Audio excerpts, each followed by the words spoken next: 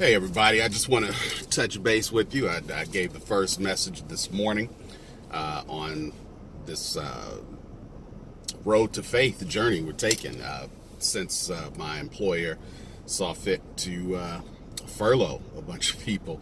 Anyway, final check, picked that up and walked out the building. And a lot of people, you commented on Facebook, and people who know me have my phone number. We got a lot of text messages. And I want you to know I definitely appreciate all the kind words and the thoughts and the prayers, and keep them coming. We all need prayer, but I want to make sure you understand completely.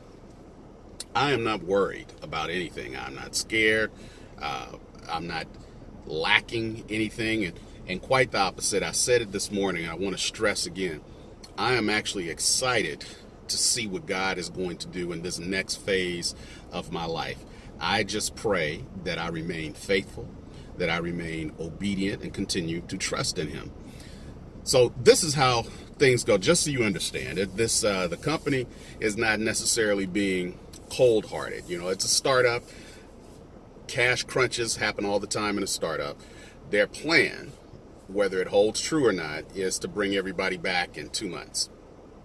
Now, it being the nature, if you've read anything on the news, it may not look like it's going to work in 2 months, which is why I'm not sitting around. I'm going out looking for jobs. I'm applying for jobs and I'm going to do everything that I need to do to make sure that all of my obligations are taken care of while I am still trusting in God. Understand, trusting in God does not mean that you just sit by and just let Him do everything. There's work that we have to do. The children of Israel had to go from point A to point B. What kept them in the wilderness was their willful disobedience. I do not want to be disobedient. And so the work that I have to do, I have to take responsibility, and I have to go out and do these things to make it happen. And God will bless me for the work. The enemy, however, tries to come in, and this is how the enemy goes. Today, there were 5 people on our team that were supposed to be furloughed, including me. Before I left, they pulled a bunch of people back in because apparently there was some kind of clerical mistake.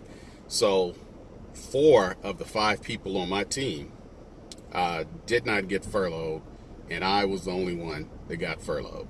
This was not a discrimination thing, and it's not an issue. It just has to work out a matter of numbers and how things were as far as seniority and things of that nature work. But the enemy comes in as I pray for one of the people before, because of the feelings that he had, and he's basically going to come to work tomorrow. So I'm happy for him. I'm happy for him and his wife because they're struggling with this issue. But the enemy tried to create a situation to bring them back, to give them positive news, and then have me still hanging in the lurch. But the great news is that even though the enemy may think he has me, he doesn't, because I'm still trusting God. In John 8:44, we hear Jesus tell us that Satan is the father of lies. There is no truth in him. And we know this, and I know that, and I'm standing firm on it, that Satan is a liar. This situation is not hopeless. It is not hopeless for me. It is not hopeless for you. And I got my last check, and I'm going to the credit union to deposit it, and we'll see how the rest of this evening goes with the job hunt and sending out the resumes and the cover letters and walking in the rest of this faith journey. I'm going to continue to trust in God. Again, I am not worried about anything. I'm feeling peace. And when God said He'd give you peace that surpasses all understanding, that's the peace that I'm feeling now. I'm not worried about anything. I'm going to lean and continue to trust in God. You guys, if you have any questions, don't hesitate to put them in the comments. And if there's anything that you want to pray for each other, put it in there so that we can pray for each other at all times. You pray for me, I will pray for you. And together we will go through this journey, growing our faith, or as I said, the journey to faith. I love you, and there's nothing you can do about it.